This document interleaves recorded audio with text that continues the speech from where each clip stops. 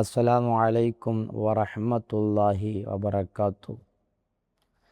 നമുക്ക് സ്വർഗത്തിൽ ഒരു വീട് നമുക്ക് ലഭിക്കുമെന്ന് ഓഫർ ഹബീബ് സല്ലല്ലാഹു അലൈഹി വസല്ലമ തങ്ങൾ പറഞ്ഞാൽ അത് ഏറ്റെടുക്കാനും അതിനു വേണ്ട ഏത് വഴികൾ സ്വീകരിക്കാനും നമ്മൾ തയ്യാറാണ്.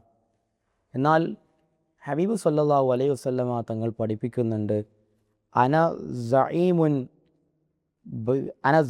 ബി ബൈത്തിൻ ഫി റബ്ളിൽ ജന്നത്തി ലിമൻ തറക്കൽ മിറാഅ വ ഇൻ കാന മുഹിഖ. അന സഈമുൻ, ഞാൻ അവന് ജാമ്യം നിൽക്കുന്നതാണ്, ഞാൻ അവന് ജാമ്യം നിൽക്കും. ബി ബൈത്തിൻ ഫി റബ്ളിൽ ജന്നത്തി ലിമൻ തറക്ക അൽ മിറാഅ വ ഇൻ കാന മുഹിഖ.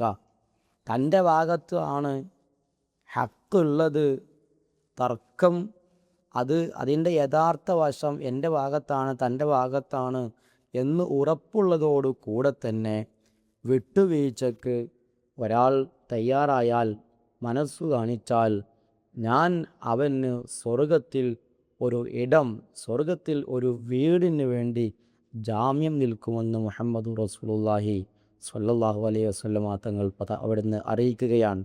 അതുകൊണ്ട് നാം എപ്പോഴും ശ്രദ്ധിക്കുക, നാം സമൂഹത്തിൽ ഇടപെടുന്നവരാണ്, കുടുംബത്തിലാണ്.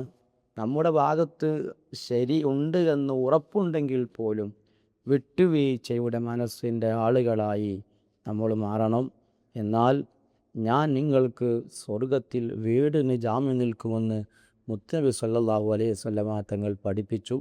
അള്ളാഹു ആ രൂപത്തിൽ നമ്മുടെയൊക്കെ പ്രകൃതിയെ, സ്വഭാവത്തെ മാറ്റിത്തരുമാറാവട്ടെ.